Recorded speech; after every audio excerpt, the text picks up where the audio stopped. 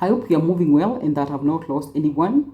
Now we need to look at the signs and symptoms, or what are some of the symptoms, physical, emotional signs of grief. And of course, also we look about the different types of grief.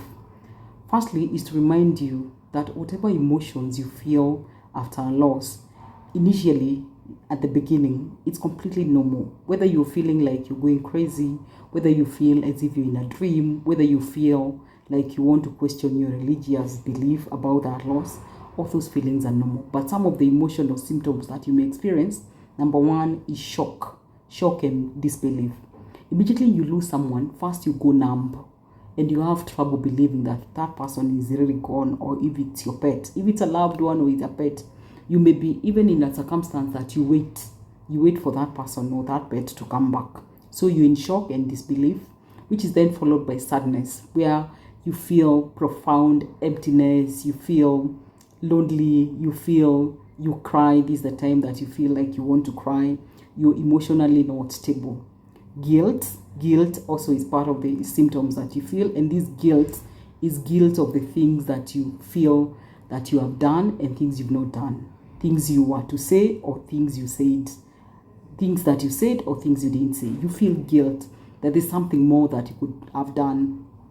You start even feeling guilt sometimes when you have someone who has been sick for a long time, and then this person has suffered. We know some people suffer before they die, and then they die, and you feel, wow, let that person rest.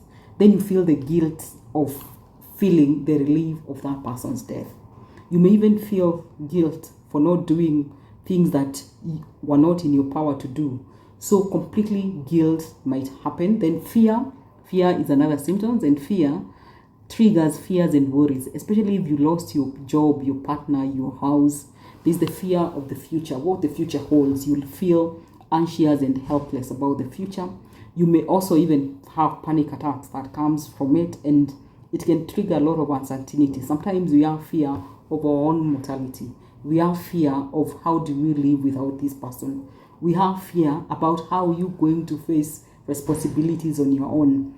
The other symptom is anger. You may be angry and resentful. You may be angry to God. You might be angry to the doctors who are handling that person. You may even be angry and about that person who left and abandoned you, about the dead person. Why did he go? So you might look for someone to blame in the middle and to seek justice. Those are some of the emotional symptoms that you experience that I've talked about.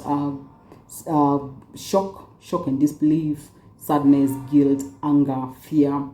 And of course, there are physical symptoms that usually can come by: feeling fatigue, feeling nauseated, lowered immunity with many infections because of the high stress levels that you have. Some people have weight loss or weight gains according to whether you're eating or not eating. You may experience some aches and pains because of the anxiety that comes with muscle tension. You may have lack of sleep.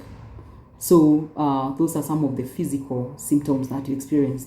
Are there types of griefs? Yes, grief is not just grief. Next, I'm just going to take you through the types of griefs.